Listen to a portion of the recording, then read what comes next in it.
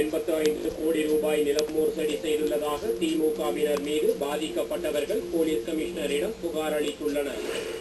Trichy K. அபிஷேகபுரத்தில் ராணுவ மைதானத்திற்கு பின்புறம் 12.5 ஏக்கர் பரப்பளவில் காலி இடம் உள்ளது.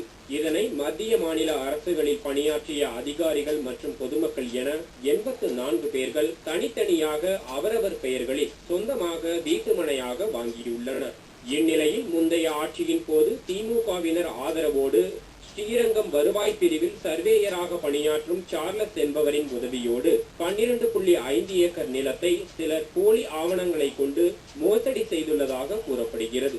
இதனையடுத்து பாதிக்கப்பட்ட மக்கள் திருச்சி போலீஸ் கமிஷனரிடம் புகார் அளித்துள்ளனர். திருச்சி கே. அபிஷேகபுரம் ராணுவ மைதானத்துக்கு பக்கத்தில் என்னோட இடம் இருக்குது. என்ன மாதிரியே நிறைய பேரோட இடத்த போர்ஜரி பட்டா மூலியமா சார்லஸ் சர்வேயரும் ஒரே நைட்ல ஒரு 30-40 பட்டா ஒரு தாசில்தார் கொடுத்துருக்காரு. அவர் இப்போ முதல்வர் அம்மாவோட தொகுதியில் தாசில்தாரை ஒர்க் பண்ணுறாரு. இப்போது அவர் போர்ஜரி பட்டா கொடுத்துருக்கிறாரு. அதை 47A ஒரு லேண்ட் இருக்கும்போது பட்டா கொடுக்கக்கூடாது, ஆனால் கொடுத்துருக்குறாரு.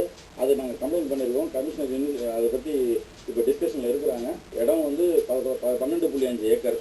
அதில் வேலியெல்லாம் போட்டுட்டு ரவுடிங்களை வச்சுக்கிட்டு யாரையும் அங்கே அந்த பக்கத்தில் போக விடாமல் தடுத்து மிரட்டி இது தளபதி ஸ்டாலினோட இடம் அந்த மாதிரிலாம் சொன்னாங்க.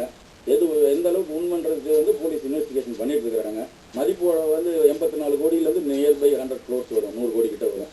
பெரிய ஹையர் அபிஷியல் கமிஷனர் அந்த ரேங்க்லாம் கூட்டம் அளக்கிறதுக்காக போனால் கூட இது தளபதியோட இடம்னு சொல்லி பிளாக் பண்ணி துரத்தி இருக்கிறாங்க. இதுவரை நில மோசடி தொடர்பான புகார்கள் மீது உரிய நடவடிக்கை எடுக்கப்படும் என்று முதல்வர் அறிவித்துள்ளதால் தங்களுக்கு உரிய தீர்வு கிடைக்கும் என்று நம்புவதாக பாதிக்கப்பட்டவர்கள் நம்பிக்கை தெரிவித்தனர்.